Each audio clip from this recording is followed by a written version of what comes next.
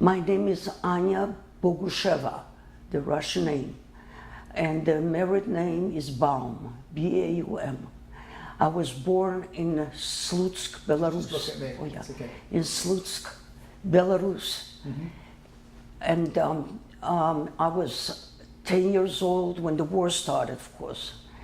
And we were living on the border from Poland and Belarus, exactly on the border. When the German came in 1941, they came in right away in the town of Slutsk. And then planes start to fly, and bombing and everything. And we start to run. And of course, anyway, can I stop? Who were you with? Yeah.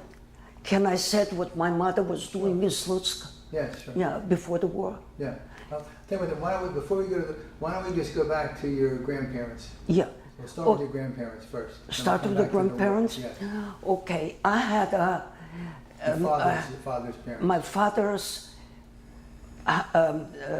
My father's father had his father was mayor of Slutsk. What was his name? His name was Bogushov. I forgot the other name. He died in 1938. And I was still a little girl. I didn't remember exactly. And the only thing I know that I went to his house when he died. And all the children, he had 5 children.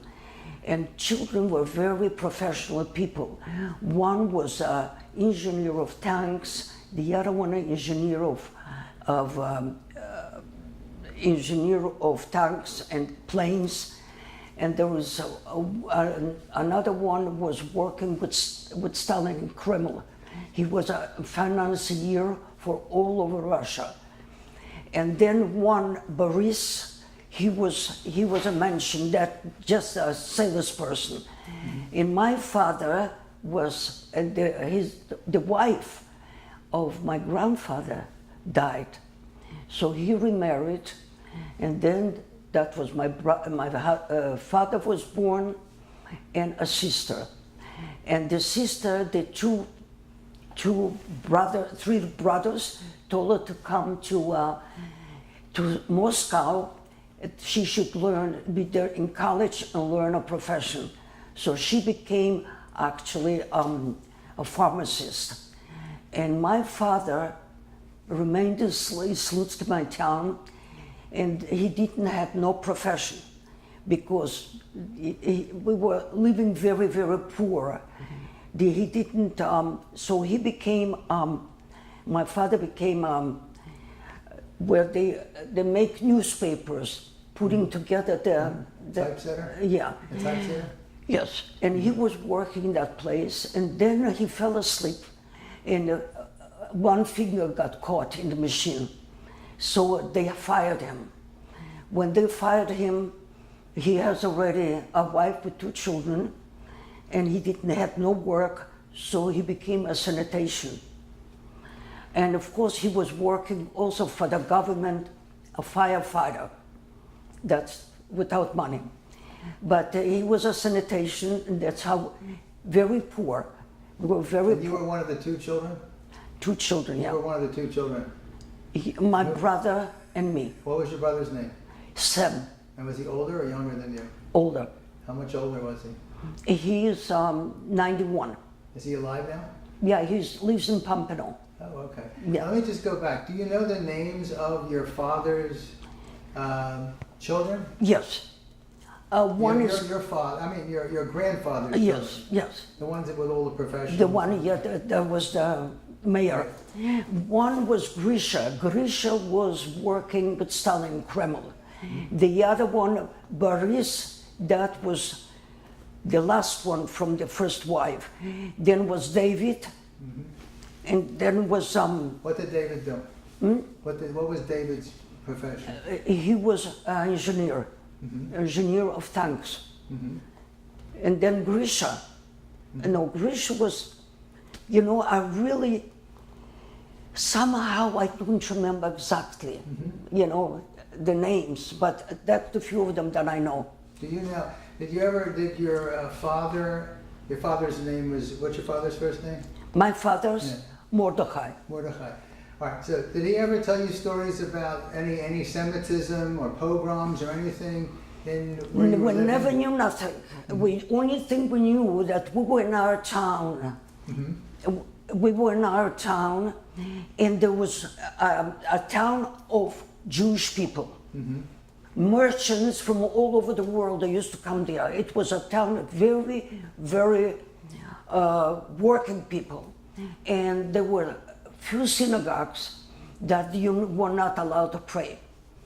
But Because it was under communism. the communists, yeah. So there were synagogues, but you couldn't pray. Yeah, but it was like in a house. Okay. So my brother went to learn Jewish there. He went to the synagogue hiding. And me, I didn't know Jewish at all, and I didn't know I was Jewish again. Because I was little, and my mother got to be no interested, only my father. Was this Belarus, was that mostly Jewish people, or was it certain section? No, it was Christian too, So Christian you too. had a certain area where you lived in? No, they were mixed. It was all mixed. So there All wasn't like mixed. a ghetto where you had to live in a certain area. Yeah, that was they created a ghetto. I was in Slutsk actually 6 years ago. I found out a lot of things, you know. So we should not talk about that now. But I mean, that was during the war. You mean? Yeah, I'm talking about before the war. There was your father could have moved any place in Belarus. no, If you wanted to. we lived in that small town, Small part of all Belarus. around houses. There were 6 houses round like this, and one family was German. They were living for a long time there, and there was another family was Christian, and the rest of it was Jewish. So when you went to school, what was the schooling like? The school, I was going to school. It's a public school, right? Yeah, oh Okay. yeah.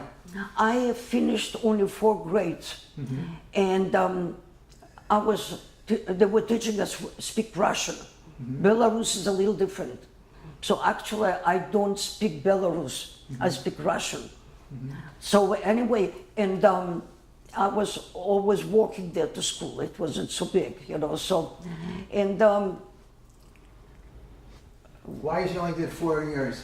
The war started. Why is you only did 4 years? Why did you only do 4 years of school? because before the war, The war started, and that's in 1941, so that's when you had to stop. The school yeah, stopped. when it's of course because we start running.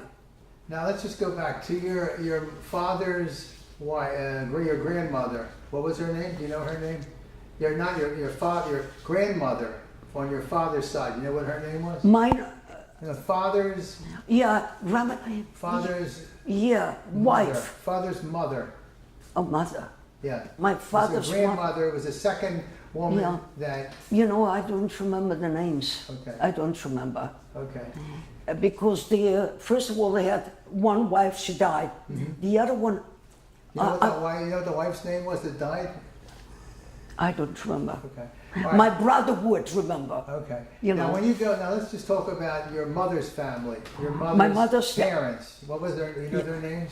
Yes, my mother's parents is like this. One was Malka, my grandmother is Okay. Malka, and my grandfather was Isser. And they also came from the same town. No, they Yeah. were living about 30 kilometers from our town, What was that town called? Pisoczna. They were on the border from Poland. So they were closer to Poland than you were. Yes, that's right. They came first to that little town, and then they came to Slutsk. Do you know what your grandfather did for a living? He was a violin player, I was a violin player. very known violin And what was player. his name again? Isser Picus. He was teaching conservatorium in Connecticut. He was teaching violin Where? in Connecticut. I didn't know that. I was sitting in the subway in New York, and a man sitting beside me. And he said, we start talking. I said, what do you do for a living? He said, well, I'm a violin player. I said, really? I said, my grandfather was a violin player, and he traveled all over the world to play the violin. I said, what was your teacher's name? He said, Isa Picus. I almost fainted. I never heard that. I said, what? He said, yes, he was teaching the violin. I get goosebumps right now, That was too. your grandfather. Yeah, and he was speaking many languages. When did he teach? When did he teach this man violin? Do you know when that was?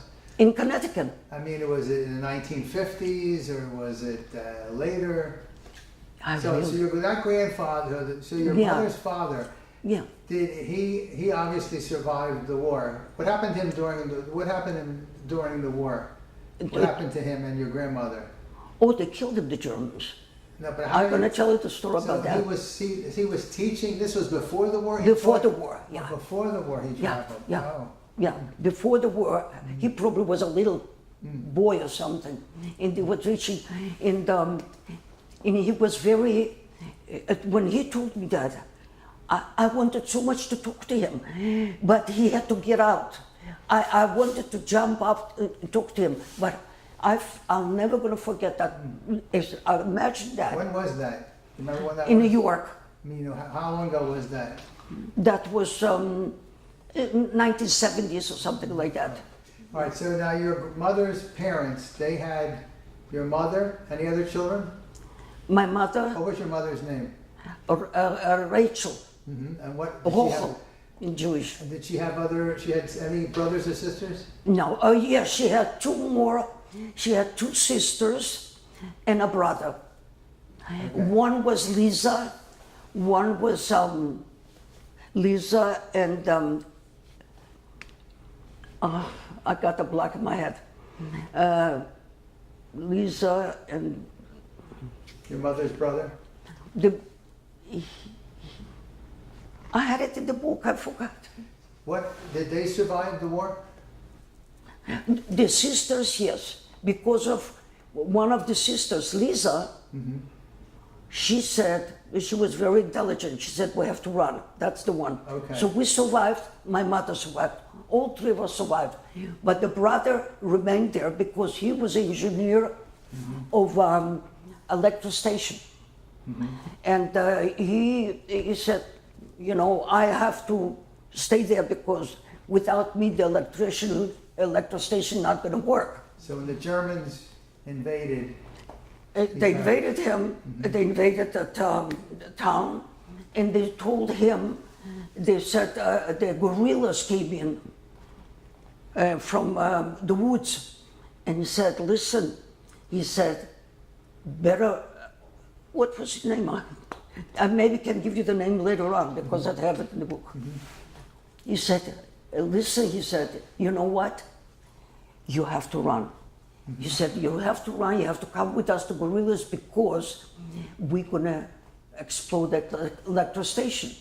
And they're going to say that you did it. You said, no, the German, they love me. They wouldn't do that to me. He said, please, come take the family and run with us. He had a wife and two children. So what happened, that electric station was bombed. And next day the German came and said, what did you do? He said, I didn't do nothing. What happened? He said, you're lying. What did you do? Why did you do with the electric station? He said, I never did that. It's not, I don't know what you talk about. They said, where is your family? He brought the family. They took the two children and they put in the field, and the Germans shot him in front of him. his children. And then they shot the wife in front of him. Then they shot him. And the guerrillas were begging them to come to the woods. How did you find out this happened? When I came after the war, when we came, because after the war, when we came in, we knew a lot of Christian people, a lot of them, and very good friends. And one boy was Alech, his name was, I was playing with him. And when he came, he told her everything, what had happened to my father. He told what happened to Fima, his name, and my mother's brother was Fima. And he told us about, about my grandparents from my mother's side, the violin player. He told us everything. So what else then? So, all right, so you found out your mother and you left. We left, You yeah. left. And where did you go? We, this is something, we were running, no clothes, no nothing. I mean, just I took the coat of my grandfather because he was always elegant, always dressed nice. He had a coat with fur on it, and my brother grabbed that coat, and that's all we were running. We were running. My mother's sister Lisa, she was a wife of a general. And she had a little book. And she stopped in the middle of the road because the soldiers were running away to the Russian soldiers, and with big trucks. And she started in the middle of the road, and she was holding the little book. And they stopped for her. The runaway stopped. They looked at her, oh, you're a wife of a general. Okay, we're going to take you with the children around with us. She said, no, my sisters too. No, we cannot take, we have no place. Look at the soldiers with guns. No, she said, I'm not going. And that's it.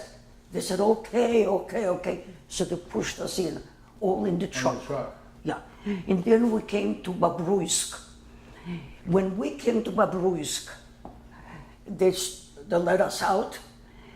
And they said, go to bunkers because 300 German planes are coming in to bomb Babruisk.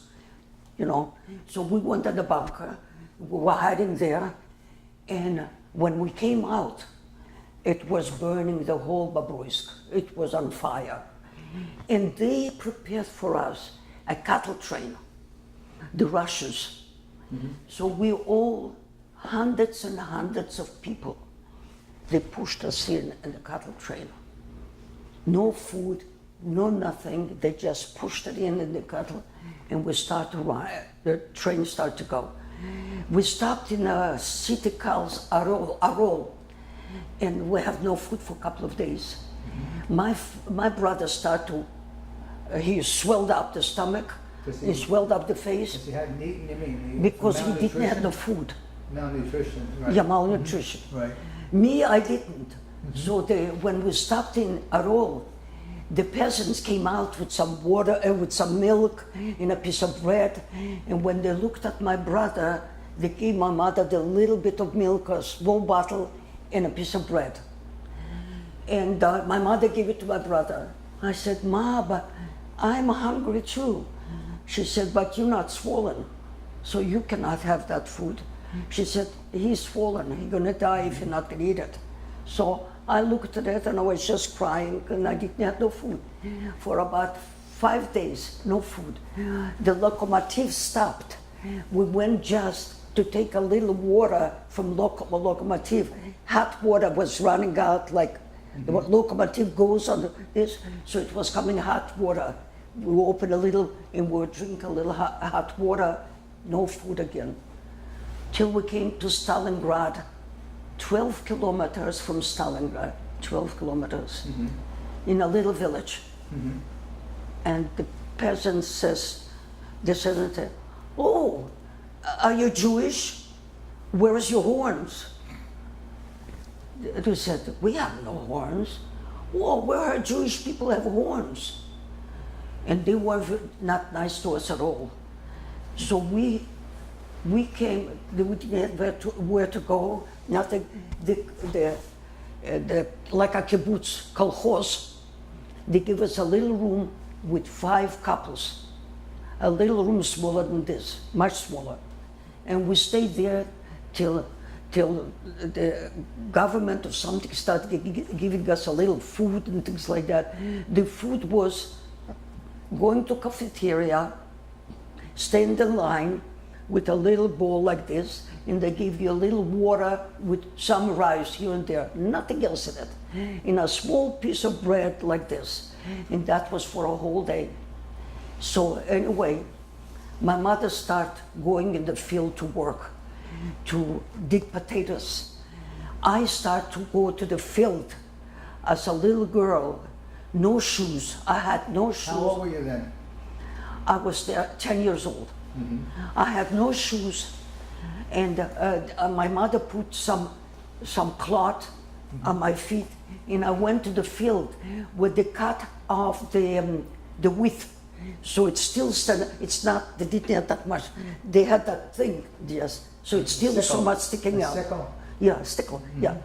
But I walked on it, and my feet were bleeding.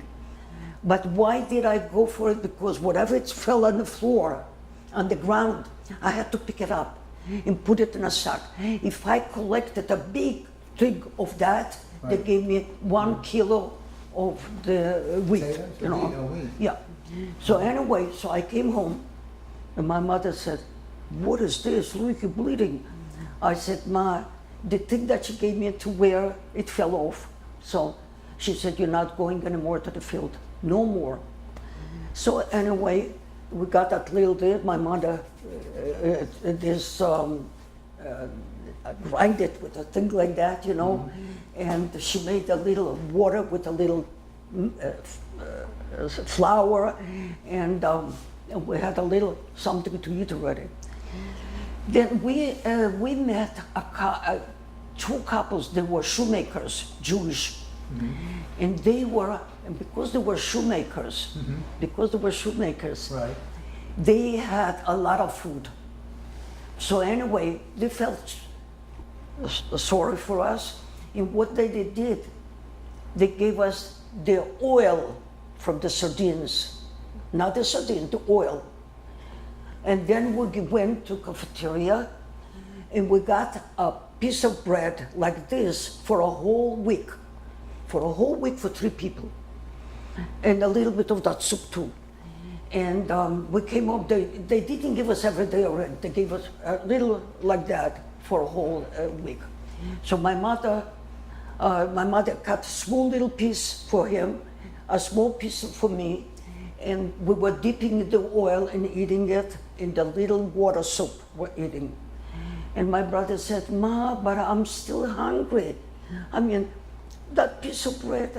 He said, "I'm gonna start working." She said, "Please, give me another piece of bread." She said, "Kids, you know what? Eat the whole bread. God's gonna give us for tomorrow something else." And my brother went to look in the kolkhoz, some work in the field he should be. So he was working on 2, not cows, but not the cows, but the Other animals? no, Sheep? the one that, Chickens? anyway, with the big horns and everything. He was working. Cattle? Yeah, cattle, yeah. Okay. He was bad. That means he had a little thing in the back. He went to the field and he worked for them. Like with a hoe? Yeah, They dig the ground up? yeah, Okay, that's A right. plow? Hmm? A plow? A plow? Plow the ground? Yeah, for that's planting. right, yeah. Okay. So anyway, so we got a little bit already bread, a little this kind of things. So anyway, we had a little bit more food, and then I went. The winter were coming. We have no shoes. We have no coat. My mother became a nurse for wounded soldiers because Stalingrad. They were bombing, they were fighting, in Stalingrad. And we were so close, we heard even the bombs, the planes, This is what, everything. 1940? 1943, I think. 43? Yeah. So my mother took off from the dead soldiers.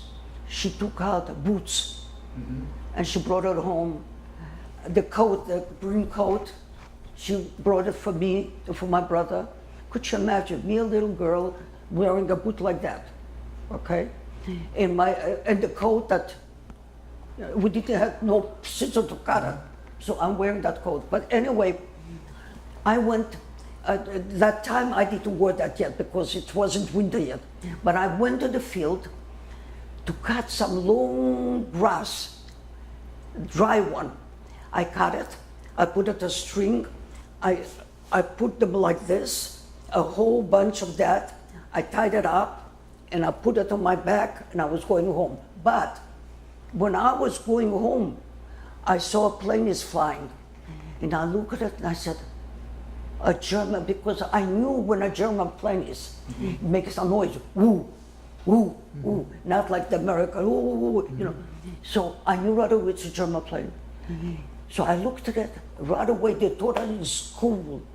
That lie like this, the feet apart, and when you see a plane is flying and bomb flying.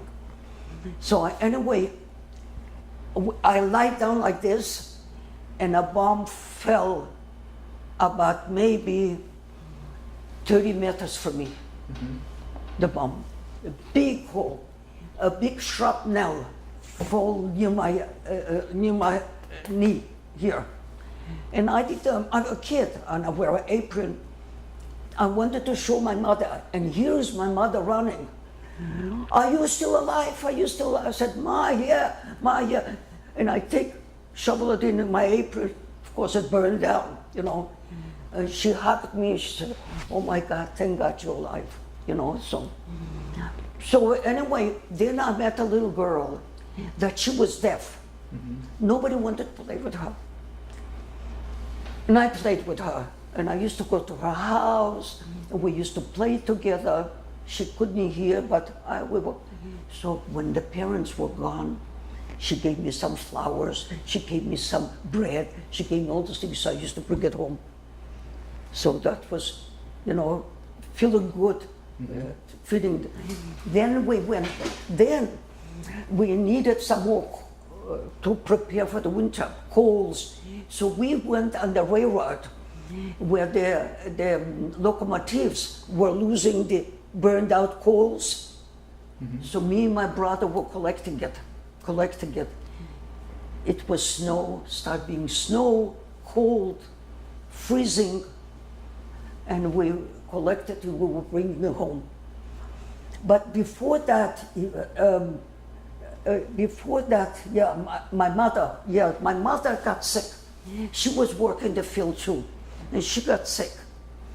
And they brought her from the field to the house, and white things were coming out of the mouth, and she was shaking.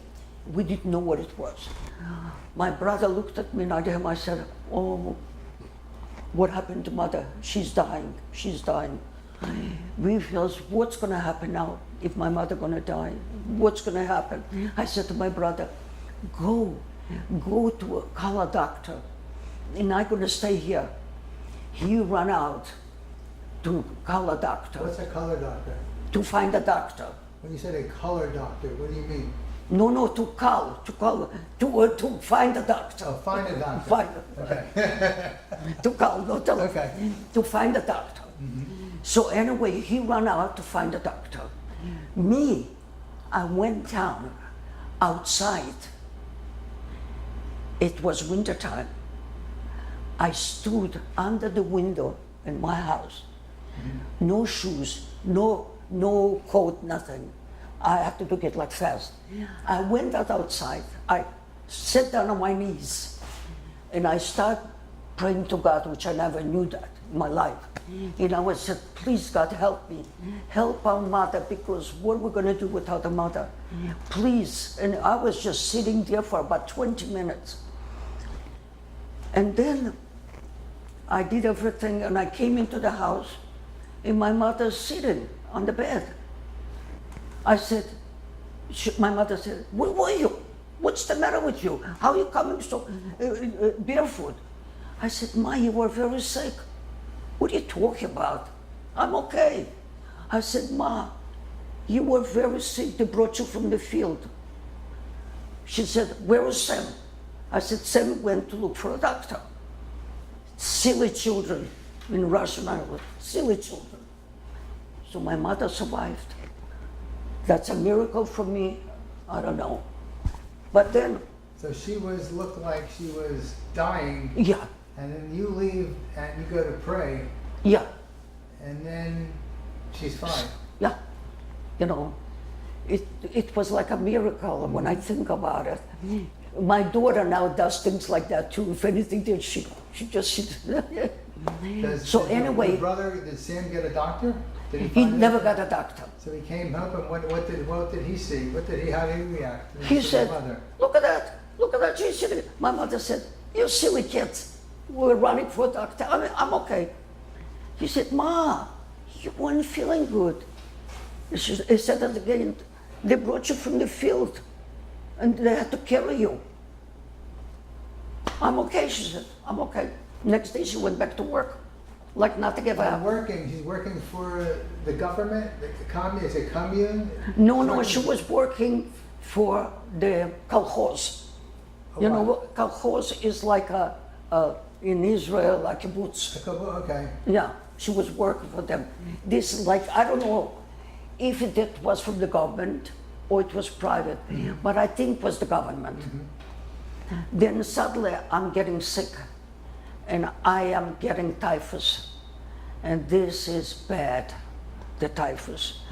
I want to say another thing. Yeah. When it's winter time, we didn't have no to cover. So that coat of my grandfather, I was with my mother covered with that coat. My brother was slept on straw with newspapers around. He didn't have nothing, covered with newspapers. We didn't have nothing. So anyway, that coat was covered with lice, the whole coat. And we took a match and we were burning the lice, all of them, burning the lice. My head were full of lice. My mother took kerosene. She washed my hair with kerosene to kill the lice. And you know, it was good for a week or two, and then the lice came back. So maybe that's why I got the typhus too, because of that cleanness or something. So anyway, that was funny with the lice. I'll never forget that. They were in every seam, full of them. And we were covered with my mother with that coat. And we said, thank you for the coat. Like that, we wouldn't have nothing. So now we are my mother, what I want You got typhus, you said. Yeah, the typhus. I got sick with typhus. And I'm in the hospital. And very high fever. And my mother didn't let in my mother because typhus is very contagious. So she was through the window all the time making this, showing me. But my uncle in Moscow, what worked with Stalin, my mother wrote him a letter. The letter didn't wrote to him, she wrote it to Kalinin. He was a second of Stalin. She wrote the letter to him.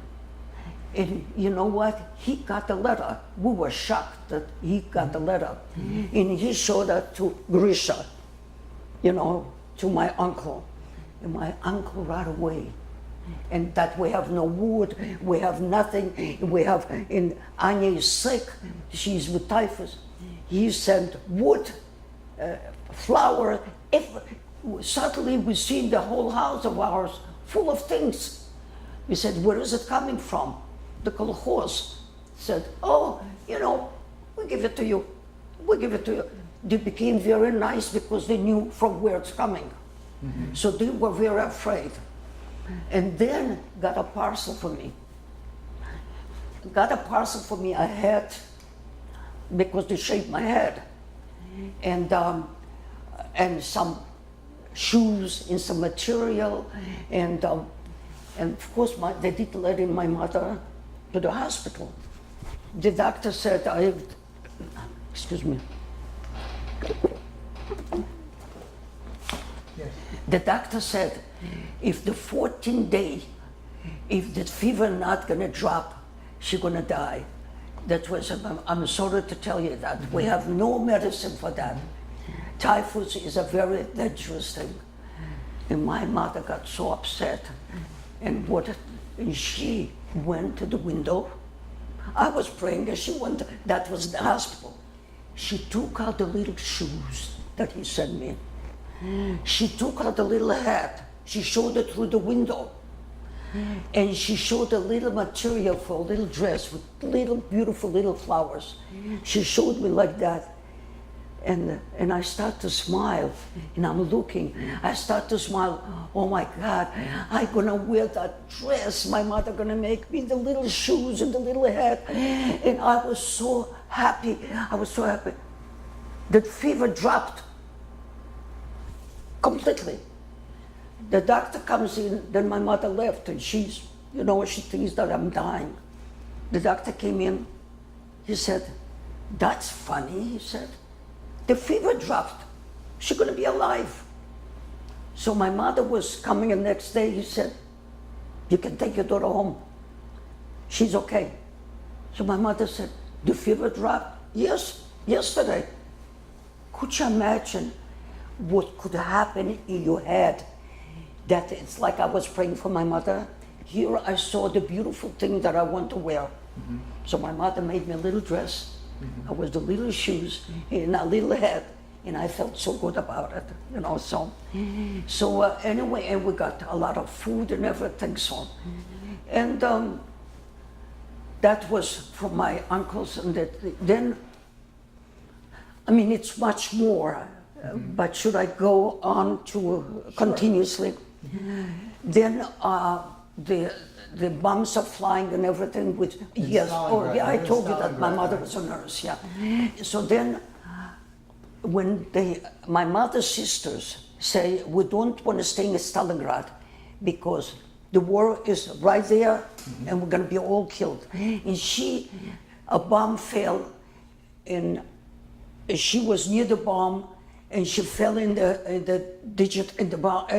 hole, and it's all, everything fell on here, the earth covered her up, and she got problem with the ears. When somebody digged her out from there, so she said, "I don't want to be here. We are going to, not Siberia, we're going to Asia. We want to go there."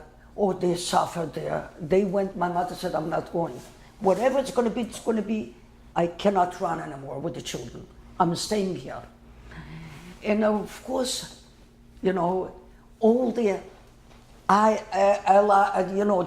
all the Americans and the Russian, everything came to Stalingrad to fight. Because if they would take Stalingrad, they would take the whole world. That's the only thing that every country almost was there to fight the Germans. And Stalingrad was a big city, very big. Volga is coming through. And it was destroyed completely. And the Russian people pushed them away, And the allies, the Americans and the English, and they pushed them. When they start pushing away, my mother said, "We're going to go with the soldiers back to Slutsk." So my brother said, "Listen, it's up." My brother said, "Ma, but the war is still going on." She said, we have to go back to Slutsk because we want to see how the father is doing, And we thought he's still alive. In all the time when I used to see an old man, not an old man, a young man, with a sack and this, like a beggar, I thought it was my father. I was always running, look at his face,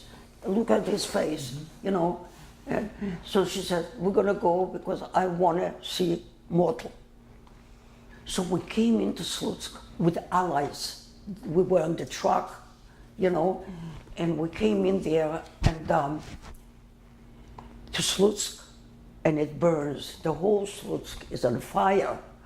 Everything. But when we were in the cattle train, I forgot to tell you that, there were bombs flying. We had to get out from the cattle train, go to digits.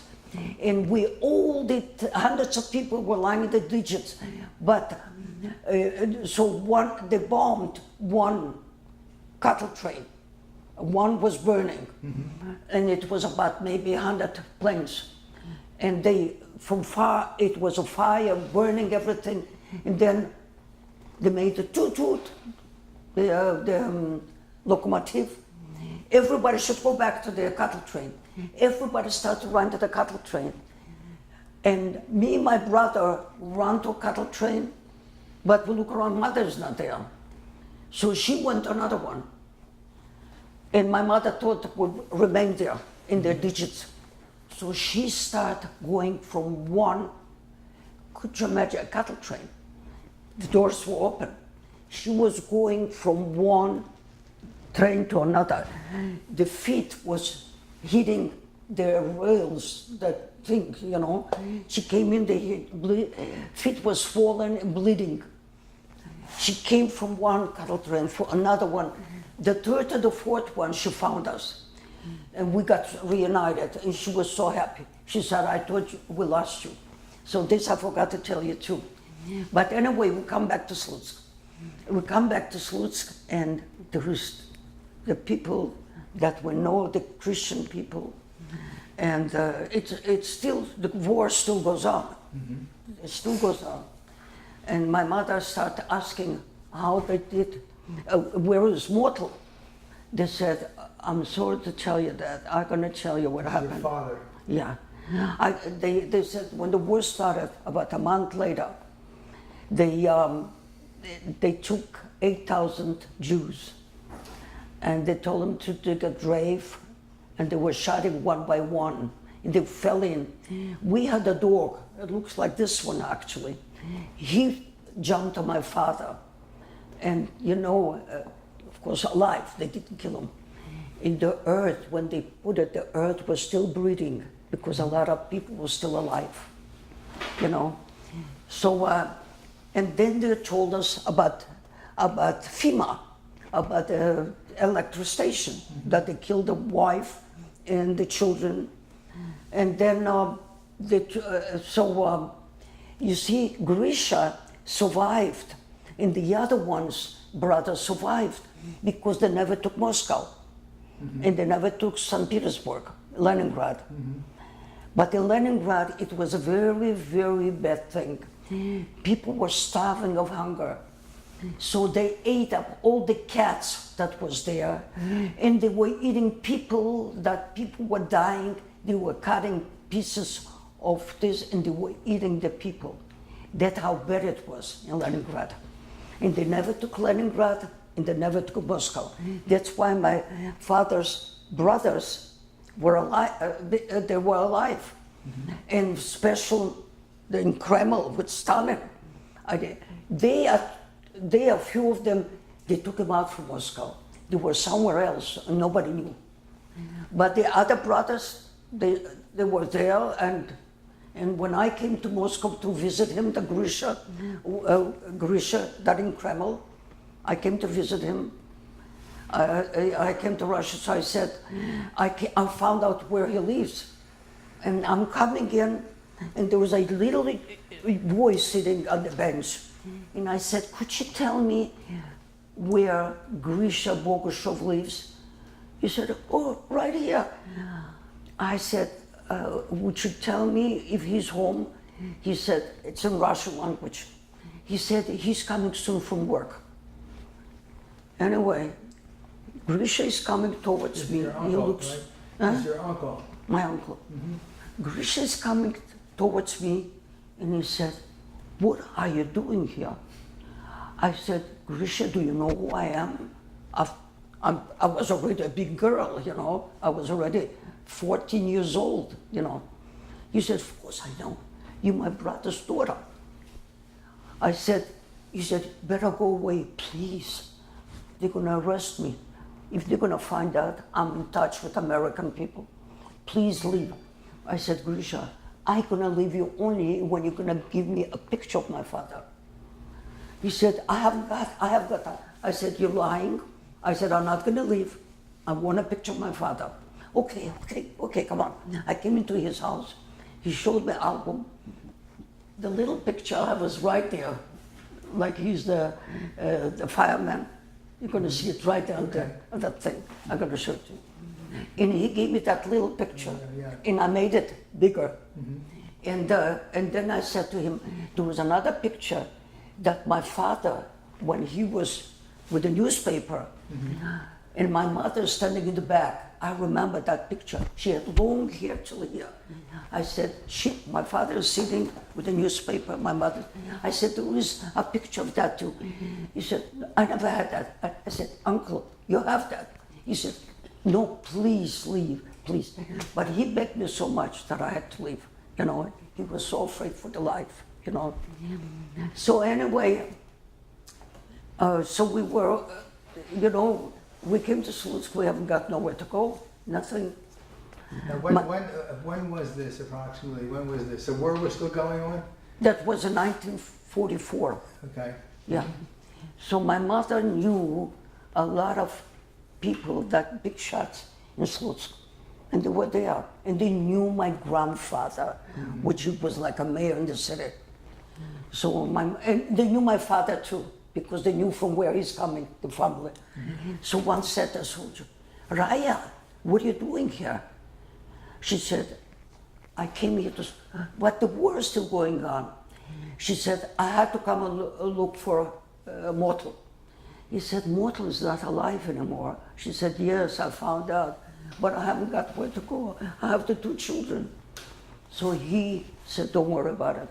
He gave us a room to stay by somebody, which I went now to Russia 6 years ago.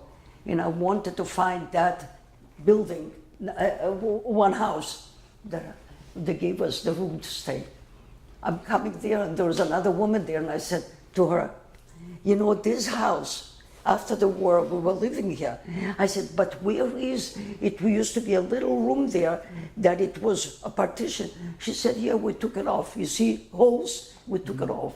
So I made pictures with her and everything. I do have the pictures somewhere. How long did you live there? We lived there about a couple of months. Couple of months. Till my mother met a man from the partisans, a guerrilla man. He was a partisan with his daughter. He was Polish. They came in to Slutsky to fight. And that time, Russia was pushing away the Germans, so they remained in Slutsky. So my mother married him after a while. And because he was Polish, he didn't want to stay in Russia. So he said, we're going to leave, we're going to go to Poland. He said, because I have sisters in America, we're going to go to America. And another thing, what I forgot to tell you, my grandfather, the violin player, he spoke so many languages. Yeah. When I was a little girl, I was 7 years old, 6 years old, he says to me, sit down at the table and learn English. I said, Grandpa, English? What is it, English? He said, one day you're going to be in America. I said, where is America? He said, one day you're going to be there. It's America that people live beautiful. It's America like gold. And one day you're going to live there. It's a beautiful country. I didn't know what they were saying, but anyway, he was right. So anyway, so my my stepfather went to Poland, and he went to the town where he was living, and some Christian people took away his house. And this another thing. This is a funny another thing too. He took out the house. He didn't have where to go with us too. So he went to a rabbi. He went to a rabbi, and he says, and that was a rabbi there because it was there came a lot of Polish people back. He said, Rabbi, this is my house there. And he said, and I cannot live there because Christian people live there. He said, this is your house? You owned it? He said, yeah. He said, don't worry about it. Don't worry about it. He said, what do you mean? Go home. Go home. He said. What do you mean by go home? Huh? What do you mean by go home? I mean, go away. Come tomorrow. Okay, come tomorrow. I don't know where we slept, you know. Okay. And you know what happened? Next day he comes, and this is really a funny thing. He looked into the window. It was a big fire in the oven, and devils would jump in there in the oven. Who was jumping in the oven? Devils. That, This is. He saw it with his eyes. With horns, with that little thing. He said, and they were, the fire was burning, and they were jumping around. And the Christian people saw what's going on. They ran away. So the rabbi said, "You can move in now." And that's where we're living for a while. so they left the home, they abandoned the home. They left it, they got scared, and they left it. When they saw the fire there with the devils inside. It's like magic. It's unbelievable. Does your mother now had a home? When you were there, you were living in this No, home. I didn't see it there. Only he saw it. No, but I mean, who now? You're now moving in this home with your mother. Yeah, and your that's stepfather, right. Yeah, and my brother and too. your brother. But then This we is decided in Poland, right? to Poland. What was the name of the town? In Poland was it was Lodz. No. Lachwa. It's a small little town. But by the way, when we went to Poland, my brother, they already took him to the army because he was already 18 years old. So they took him to the army. He couldn't come with us. So we left my brother for 22 years in the army, and he didn't know where we were. Nothing. I was a little girl, and I remembered my mother's in Leningrad. I remember her address. I said, "Ma," I remember till now. I said, "Ma, we don't know where Shoma is." I said, "Maybe you should write a letter to Luba, because they came back too from Asia. Write a letter to her." I said, she said, "I haven't got the address." I said, "I remember her address." She said, "You remember the address? You little girl, how could you?" I said, "Ma, nothing bad could happen. Just write that letter and write down the address." She got the letter. She got in touch with us, and she told that Sam is here and here. And then she got in touch with Sam. Shoma, He was in yeah. the Russian army now, right? Yes, and he was afraid too. They were afraid that we corresponded with America. She was afraid. So you were writing this letter when you were in America at this point? No, we were not in America Okay. yet. We were in Poland. In Poland, okay. Yeah. So anyway, then we start going away. We went to Czechoslovakia, and this till we got in to the camp, DP camp Where? in Germany. In Germany? Yeah.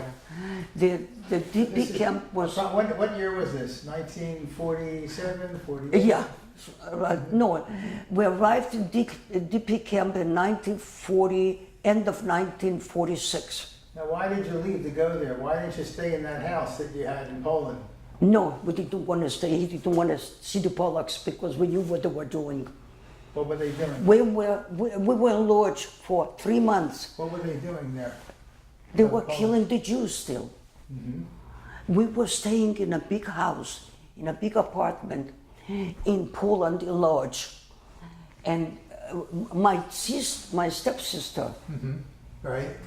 and me met two soldiers, Polish soldiers.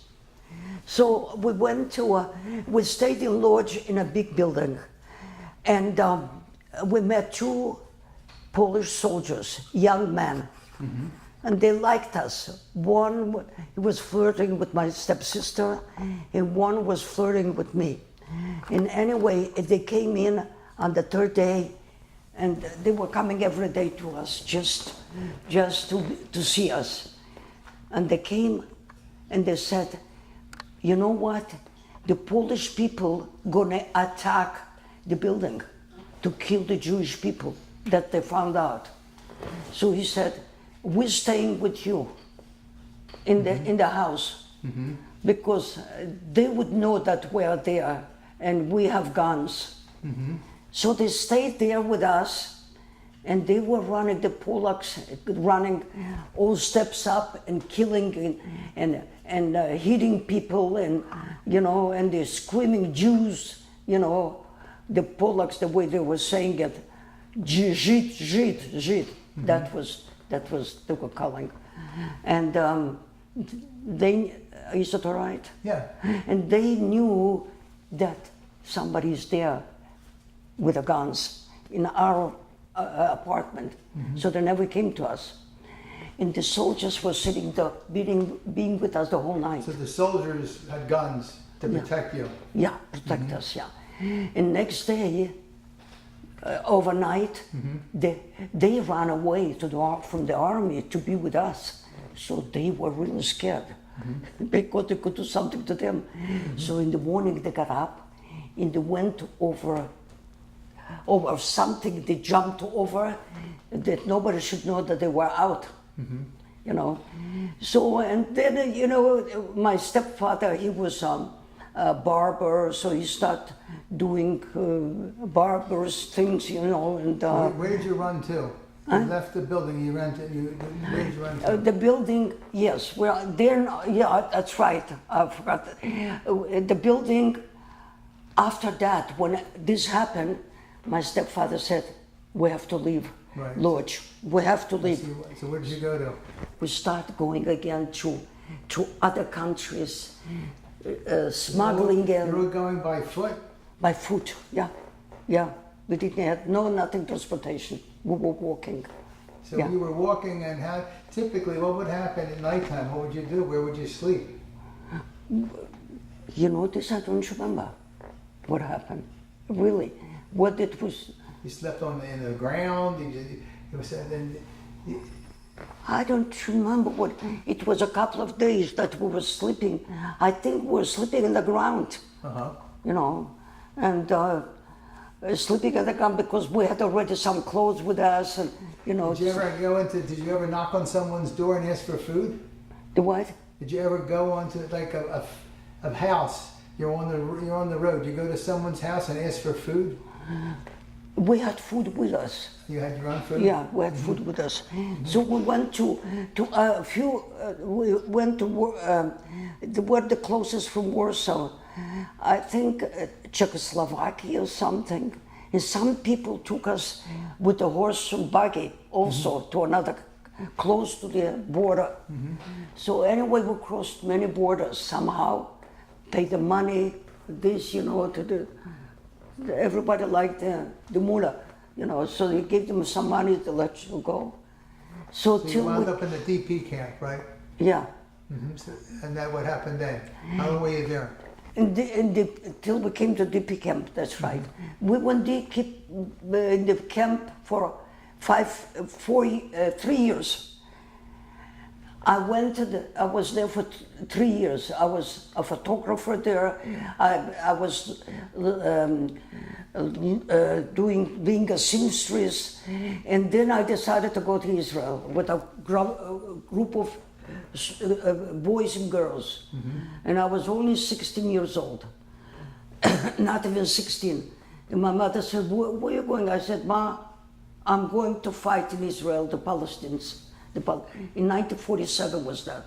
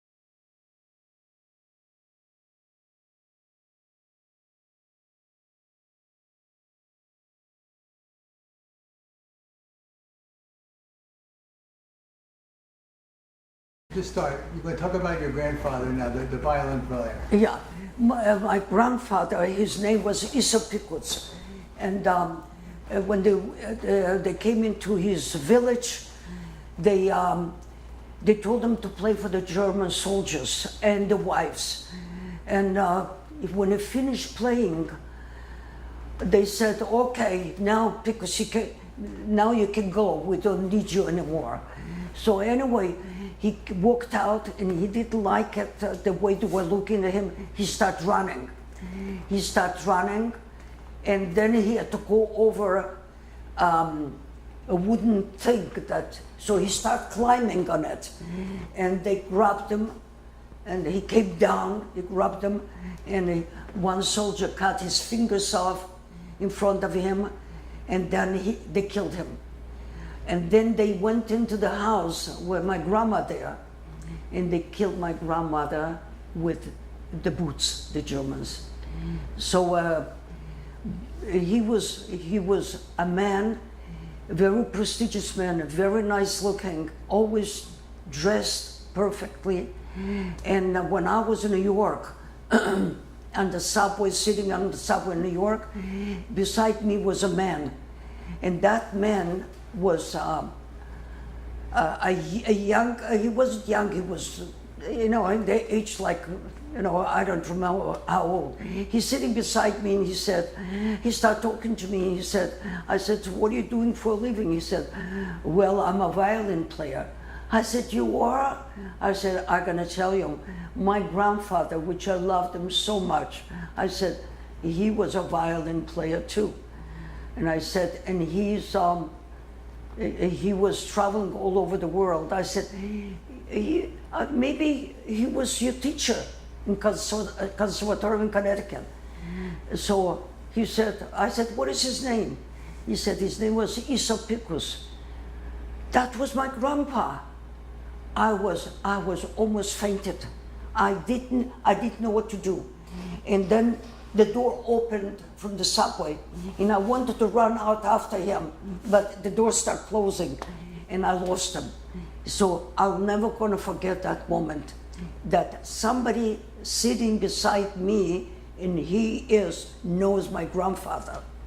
He said I said, I said, he was he said, the man, he was a very, very nice man, very nice looking. He was giving and then he disappeared. I'd never seen him again. Did you know him, your grandfather? Oh yeah, I told you that he was teaching me English. I told you that. He's the one that told you must learn English because you're going to be in America. Yeah, he said you're going to be in America one day. So I said, "What is America?" He said, "It's a country of gold. One day you're going to be in America." He said, "You better sit and learn English." It's a good thing that I did listen to him, because I learned about 30, 40 words in English. And when we came to Canada, it was at least I knew some words to talk to people. Like that we would know, because your grandfather, yeah, your late grandfather. Yeah, he was teaching me English. And what was his name again? Miraculous. Isa? Yeah.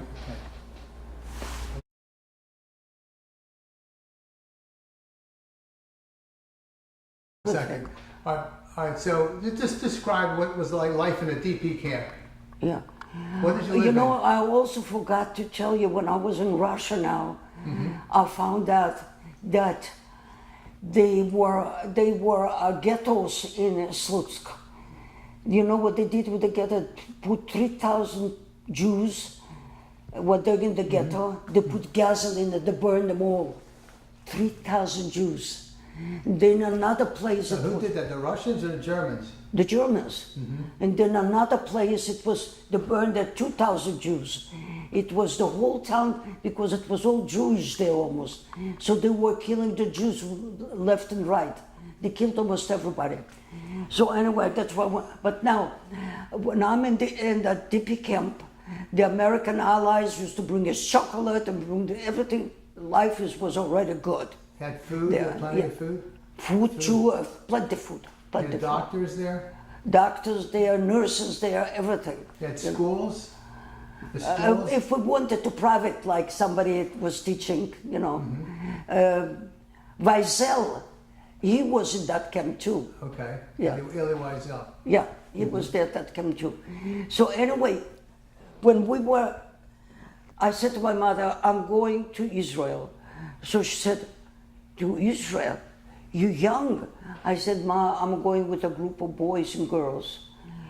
And she said, okay, you want to go, go. I said, I want to go fight the Arabs, like everybody else. We got a whole truck of boys and girls. They brought us to Marseille, to a ship. France. France, yeah.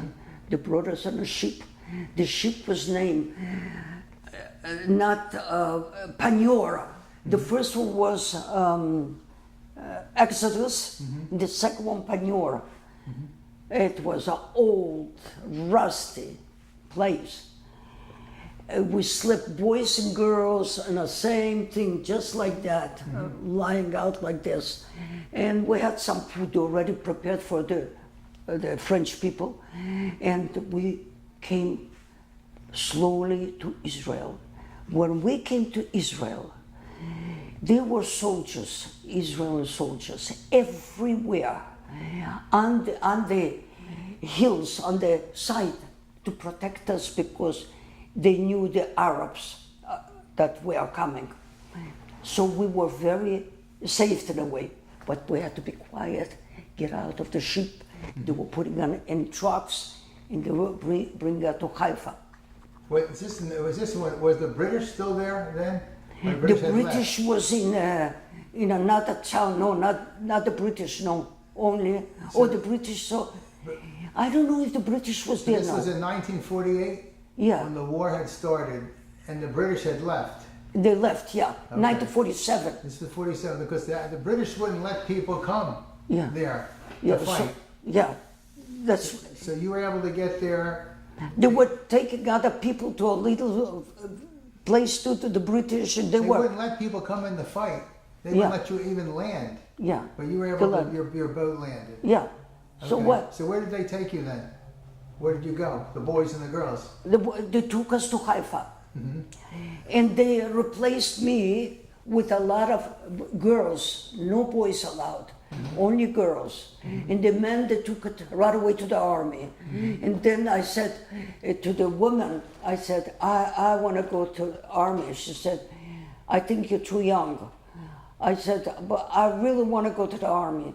She said, then I said to her, but I don't know yet if I should because, listen to that, because I'm pregnant. So she said, you're pregnant? How did it happen? I said, well, I was dating a boy in DP camp, and when I was leaving, I was standing near the window, and he grabbed me, he gave me a kiss. And I said, and that's why I'm pregnant. She started to laugh, and she said, when you're gonna grow up,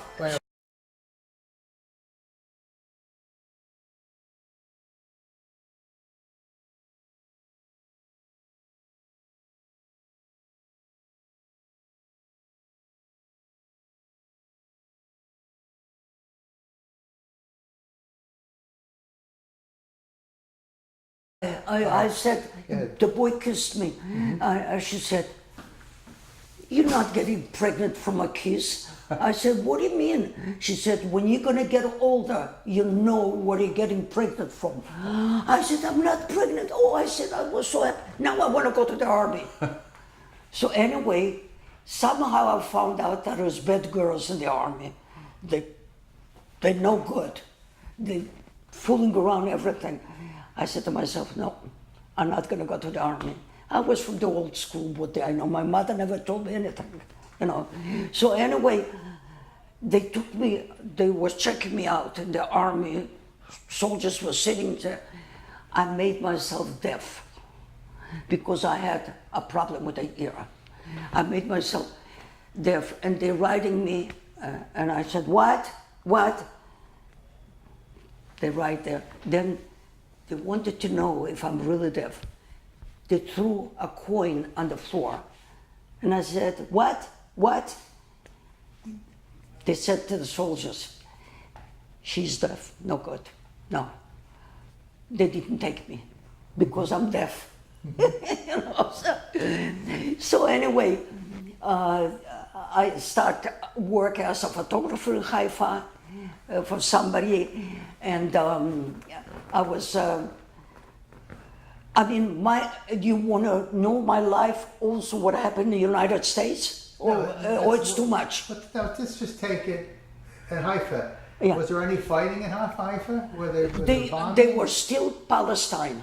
Okay. I came in 1947. Right. In a few weeks later, It became Israel. Okay. So I took an apartment from the Arabs for my mother. Okay. A big, huge room. The toilets were in the hallway. No flushing water, nothing. And me, only 16 years old, how I was. I found beds, cut beds, like for the soldiers. And I put it a bed here and a bed here. Nobody should take it. That means to take it. And that's what it was, with about 4 windows. And it was in Haifa, right on Haifa Street, Jaffa Street. And anyway, so I said to I write my mother a letter, come to Israel. Because... Oh, you were there by yourself? Yeah, by myself, completely by myself. She was in the DP camp? From the DP camp, I came to Israel. She was in the DP camp? My mother's still in the DP camp. Right. So I wrote a letter. She got a letter, and they went to Israel. And that was already Israel, not Palestine. That was in 1948. They came with a boat or something, I don't remember. And I gave them the room. And it was a kitchen. My stepfather from the kitchen made a barber shop.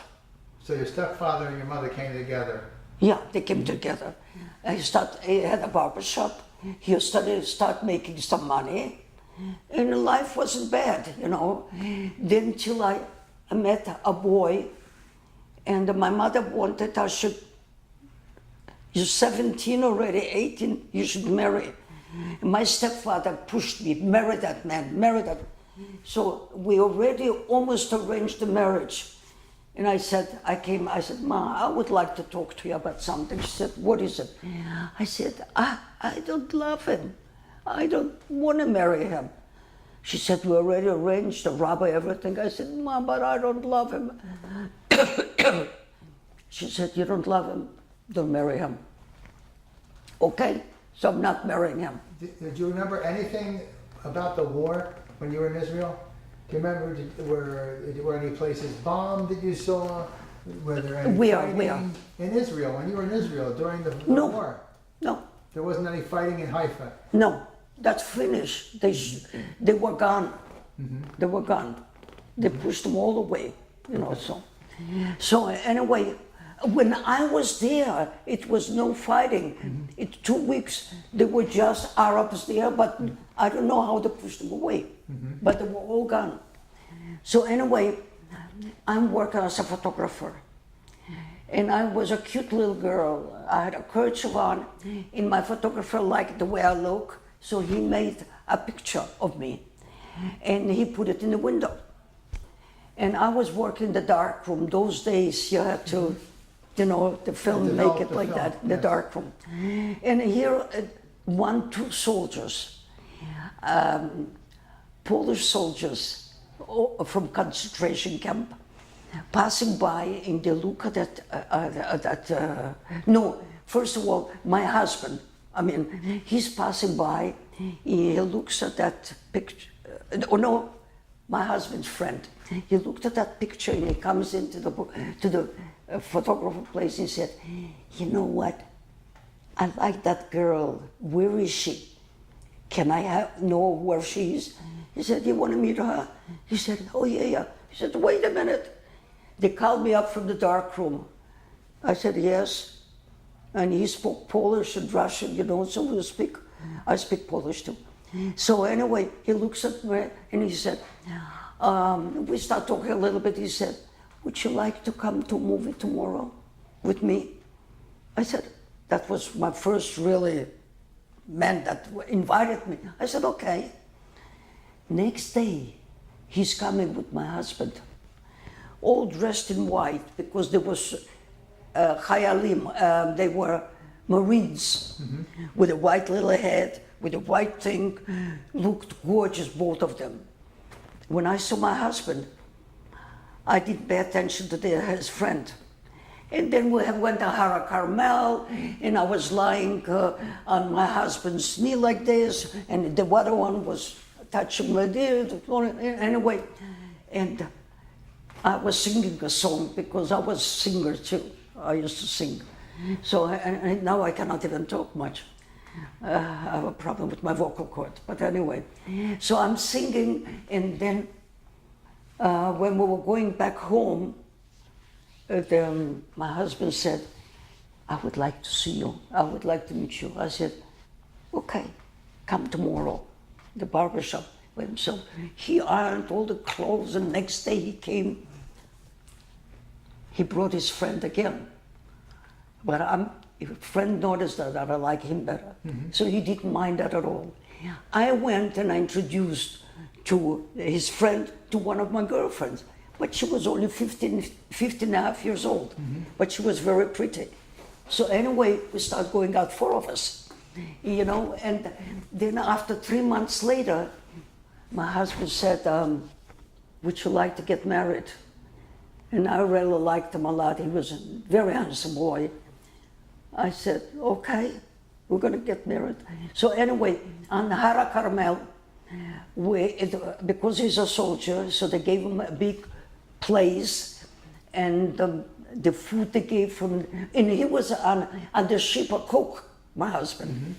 So all the food from the ship, the boys were putting in eggs and potatoes in this and going out. And the other boys were doing something else.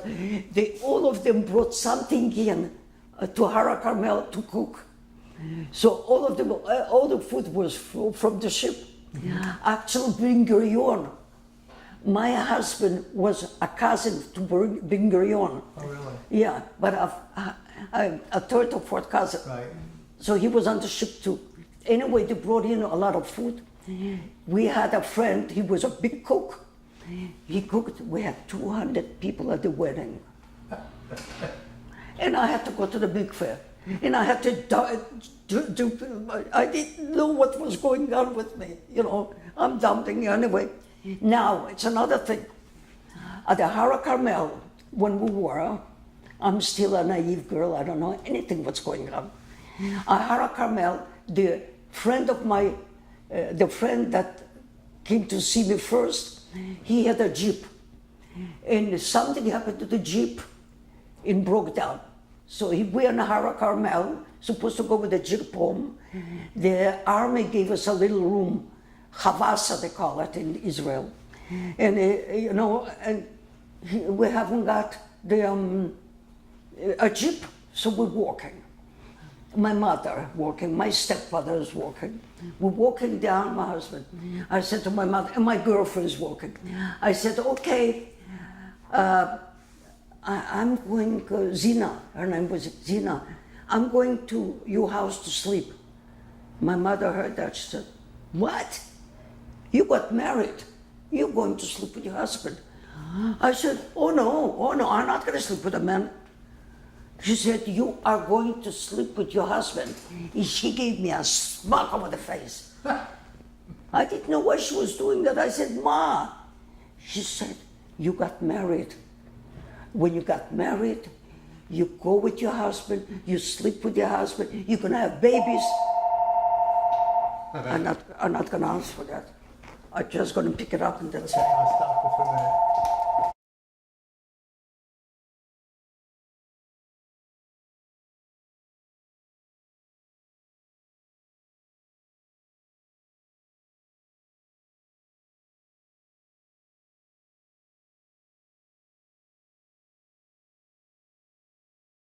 So now this is, your mother says, when you get married, you're going to sleep with your husband, you're going to have babies with the husband. Say Yes, that and keep everything, on. yeah. Well, that was a surprise for me. That what? I went in my room. My husband's brother, went to sleep in the same room with us, and I wrapped him with a blanket, and I slept in a side. I said, "Don't touch me! Don't touch me!" He didn't know what to do, And here is the brother, sleeping there too. But then the next day, I was talking to a few of my girlfriends. I said, "What should I do? I mean, he's sleeping there. I don't want to sleep with my husband. I don't know what to do." So the girl said, "You gonna sleep with your husband, and he gonna do something to you." I don't know if we should say that. Sure. It's gonna be painful. He's gonna touch you. It's gonna hurt you. I said, "Then I'm not gonna sleep with him." They said, "You have to do it. You got married to him." Okay, so anyway, my stepfather, thought that I'm not a virgin. They didn't think I'm a virgin. Oh. So anyway, they used to come every single day to look at the sheet, if it's blood on it. Every day. I didn't know why they were coming. Every day they were coming to look at it. On the fourth day, they came. My mother said, "She never slept with a man." No, she did. No, look at that, look at that. On the fourth day, he said, "I'm so sorry. I thought she did." Okay, all right. But it wasn't easy for me. Oh, it was a disaster with these things. Till everything is settled, and we start, and then my husband. Your husband, in what army was he in? He was a sailor. For what? What army? In Israel? In Israel, yeah. Okay, because he wasn't Polish army first, you said. No, he wasn't Polish army. I thought you said he was the Polish He's army. in Israel army. Okay. And they gave him a ship. The Belgium gave him the first ship that, for the army. The first one was, Navy. Navy ship. And that's what they came to Israel, with that ship. So the first one. So anyway, he said, I said we was living there for a while and working, and my mother was there too.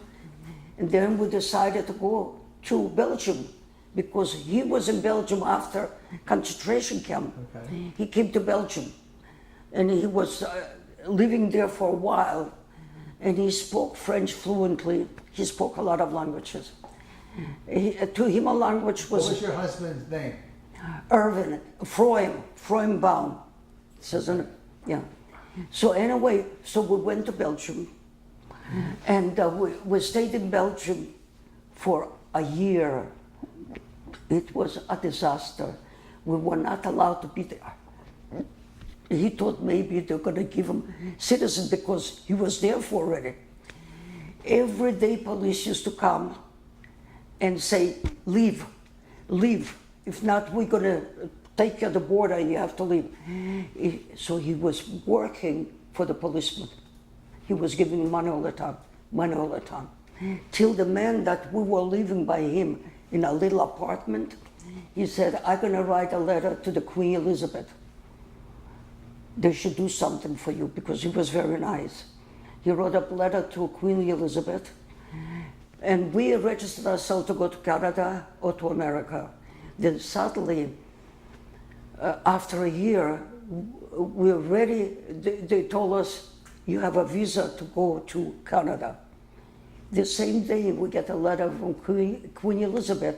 You can be a citizen of Belgium if you want it. So we decided already to go to Canada. Mm-hmm. So you went to Canada? We went to Canada. Where did you go in Canada? We were in Canada for 16 years. Where did you go? Where? In Montreal. You lived in Montreal for 16 years? Yeah, 16 years. So what did your husband do for a living then? He was a furrier, first of all. And that's what I was working Belgium too, as a furrier. And then he had a driving school. He teaches people how to drive. So and I was working all the time. He spoke French too? Oh yeah. Did you speak French? I speak a little bit. Did you speak I it used to then, speak yeah? better, but you know, you don't use it. Did you have children then? I couldn't have children because of the war. Mm-hmm. I was pregnant 2 times and I lost it. So I adopted a little girl in Montreal. In Montreal. She was 2 weeks old. Now she's 57. She's a wonderful girl. I have 2 granddaughters and 2 great-grandchildren. What's your daughter's name? Mona, Malka, after her, Malka. You know. So anyway, so life was not so bad, you know. In Canada, we did that, all working hard and everything. When did you go to the United States? Was it 1970? We were 1967 because my mother from Israel went to United States because her husband had sisters in United States. Where did she go to? Where in the United States? In the United States, she was in Long Island. She was in Long Island, New York, Long Island. So you moved. You left in 1967 To America. Where did you go to? And where did you go? In New York? Where did you go? New York, yeah, yeah. So I lived in Riverdale. I became a makeup artist for more than 30 years. I was doing movie stars, Cher, and I was doing, you know, the queen of not Egypt, I think. I was doing her makeup. I became a very good makeup artist. Then I decided to be a designer of one-of-a-kind jackets. My jackets were unbelievable beautiful. I didn't go to school. I didn't have a chance. I had to work. I can say the truth that from Russia, the 4th grade that I had, that's it. I have to learn everything on my own. So I became a designer of one-of-a-kind jackets. My jackets were very, very elegant, very beautiful, because my husband was a furrier. He brought me some pieces of skin, heads from tiger heads I used to put on the shoulder. Diana Ross has one of my jackets, and Prince had one of my jackets. I saw Diana Ross, my jacket, wearing on television. My husband said, Anya, come here, come here. I said, what is it? He said, look. I look at it. I said, it's my jacket. And she was doing like this. And everybody was applauding. It was my jacket. And Prince had, what a jacket he had. Oh my God. I was selling it only for $300. You know how much he bought it for? $5,000. And the lady told me that sold them. She said, don't tell that to people, because if you're going to tell that to people, all of them, people are going to start waiting when movie stars are coming in. She said, and I don't want, I said, I'm never going to say that. But I was one-of-a-kind jackets. Then I was doing artwork. I used to go to Europe buying art. Then I started to paint myself. And then I was a soap, not a salesman, but pyramids. I became very big in that pyramid. You take one person. For what type of product? It's a soap. It's called the Best Line.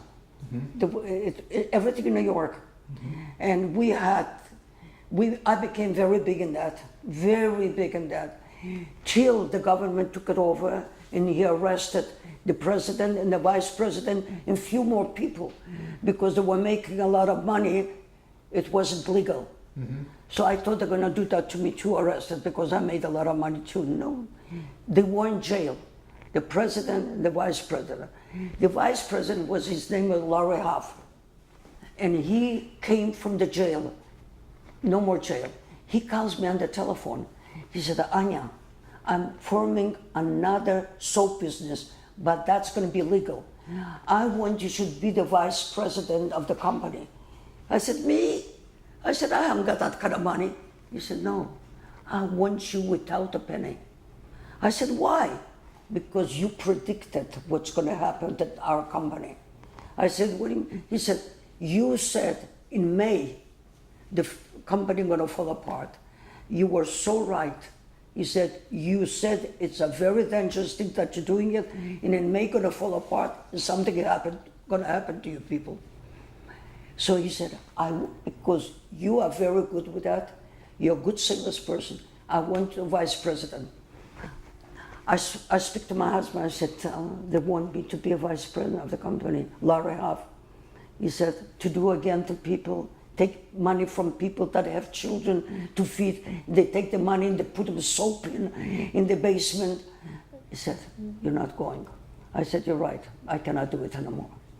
So that's it. So we were doing that, and then there was another big story which I don't think I'm going to get into it. One lady said she didn't have where to go. She was Iranian.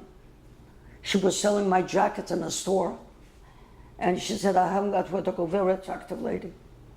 And my husband we had a store of antique clothing and antique clothing and fur in the village on St. Mark's Place in New York.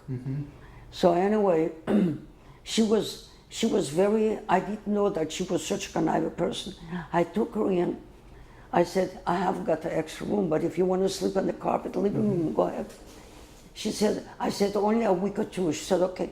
She remained for 3 years, sleeping by me. I fed her. She didn't want to work. She was just running around with men, whatever it is. She knew everything what I have, and she got all my money, and she got my husband. I got a divorce. That was when was that? In 2000, something So how like long that. were you married? Huh? You were married over 50 years. I was married for 40 years to him. 40 years? Yeah. Exactly about 40 years we almost got a divorce. Then I came to Florida. When I came to Florida, I met a nice looking man.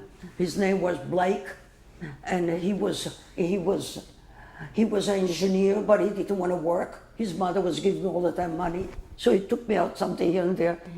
I was afraid. He was a very nice looking man. I was afraid I'm going to end up with him, so I ended up to go to Arizona. I took my little car, I packed all few things, I just went to Arizona. I sold my apartment I had in Palmyra. And I went to Arizona, and I stayed in Arizona, and I had a beautiful apartment in Arizona. And I was working as a makeup artist.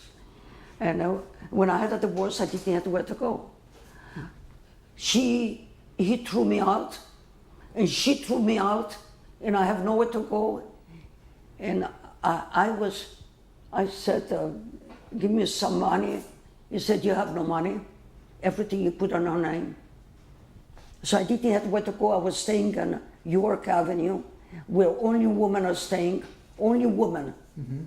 And I said to the lady, I said, listen, I have no money right now, but I'm a makeup artist. I'm going to give you the money, the $500 next week. No, you cannot do it. I said, please. I told her my story. I said, I'm making very good money as a makeup artist, $30 an hour.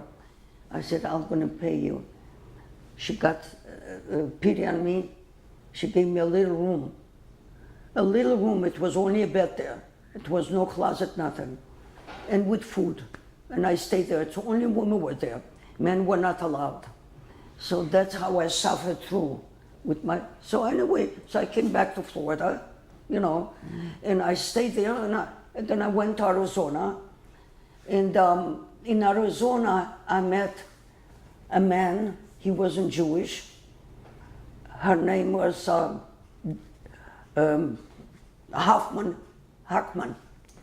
And so somebody introduced me to him, and he was working for TWA in Kansas City. And then he retired, and then he started selling jewelry. So we had shows to do it in every country, like safari shows. It was very hard to get in. If somebody wanted to come into the show, it has to cost you $300 a person to go to the show. So he was making okay, but we traveled a lot with it. Then he was just my boyfriend. But I wanted to, why did I went to Arizona? Because I was afraid I'm going to marry that Blake. Because I really liked him a lot. But he's a loser. So, and his mother loved me. But so that's why I went to Arizona. I said, I'm far away, I'm going to forget him. So anyway, so I was with my man, and then suddenly he says, I want to marry you. I said, I don't want to get married. He said, I want to marry you. I want you to belong to me. I said, you know, Don, I belong to you. We're together for a few years already. No, I want to marry you. I said, no. So we went to Caesar Palace in Las Vegas, where they show there. And when we went there, he pushed me against that thing with the statues of talking and everything. He pushed me against the wall. He stood on his knee, said, marry me. People start looking around like it's a movie. A lady said, lady, marry him. Look how gorgeous he is. If you're not going to marry him, I'm going to marry him. So he said, please. I said, no, I don't want to marry. Then we're driving around in Las Vegas, and there was a little chapel from 1800, a little old little chapel. And it was that time cold and everything. I'm wearing jeans, a little hat. He stopped. I said, what are you stopping here for? We're getting married. I said, Don, no. He said, yes, we are. Took me by the hand. He said, we're going into the chapel. I said, you know what? Oh, okay, I'm going to marry her. I never thought I was going to marry again. We went into the chapel, and I said to the chapel man, I'm Jewish. So he said, don't worry about it. Civics, marriage, I'm going to do it like that. And I said, he's Catholic. Okay, don't worry about it. I'm standing with a little hat and this. He's married. Then he said, you have to go and take the license out. It was next door, was the place where you get the license. He's going into the place, and he said there was about 20 girls sitting at the desk, and he started yelling, I'm getting married. They said, okay. And they start to laugh. A man, he was 12 years younger than I was. Okay, they made out the papers for him. He took the paper, took back to the little chapel, and we got married. You know, he was so excited, and he said, "Sir, certificate, marriage, give me 10." I said, "Why 10? What for?" 10. He gave the woman that was signing up, he gave her $200. He gave them $300. I said, "What are you doing?" "I'm so happy you married me. I'm happy." So he was a good man, but I was married only a year and 10 months and he died. And he was 12 years younger than I was. And when was that? How long ago was that? 11 years. 11 years ago? Mm-hmm. Yeah. You've been married since then? What? Did you get married since then? Who? You? No. Did anybody ask you to get married since then? No, I didn't. I wasn't so interested. And now I would like to find somebody, maybe, to go out sometime but, What about J-Date? Have you done J-Date? I went on that. I didn't like it. You did? I was meeting. Ugh. They was looking. If they have money, they were looking for a young girl. If they haven't got money and they're crippled, they're looking for a nurse. So, where am I? So let me ask you a question. See, you're someday your daughter and your granddaughters. How many? 2 granddaughters? 2 granddaughters. And Yeah. your great granddaughters. Yeah. No, 2. A grandson and a granddaughter. Okay, so they're going to watch. How old are they? Well, the girl, one is 33 and one is 30. So maybe they're going to watch this video. So what would you like to tell them about what you've learned in all your experiences in life? What would you like them to do you could teach them? What would you teach them? What would you want them to No, they're gonna laugh from the story because they never but know I mean, about. there's some reason, some meaning in life, that some experience you want to pass on to them. I just want to tell them that I love them. I wanted the best for them, and I love them. And my great-grandchildren, they're wonderful. And my granddaughter's husband is a doll. He is wonderful. And my daughter is coming on my birthday here, twice a year, to visit me. And she has a boyfriend for 19 years. You know, not married. Maybe they are, but they're not Maybe telling they should me. go to Las Vegas. No, they live in California. Maybe they should go to Las Vegas. And go what? Go to the chapel. No, they don't want to get married. I don't think so. They like married so many years. So, you know, I mean, I want the best for them in life. And one of my granddaughter is good off. He's a very good provider, very good father, very good. I really adore him, and he likes me So too. say something to them that they'll always remember. If what? Say something to them from their grandmother that you want them to always remember. What you want them to do? What kind of person do you want them to be? Or I want some of them. One with my granddaughter, she is singing and playing piano by ear, and now she became a masseur. And the other granddaughter, she doesn't work because her husband makes a good living, you know. So they will remember me because they have a lot of respect for me, and they think I'm the greatest. They think I'm still going dancing, they know that, and I still doing things that young people are doing it, and I still travel because I travel for free. Because my husband was worked for TWS, it's American airline now. So they're very proud of me, I know that. So that's the way I want. When I'm gone, they should be proud of me and remember me and talk about me, you know.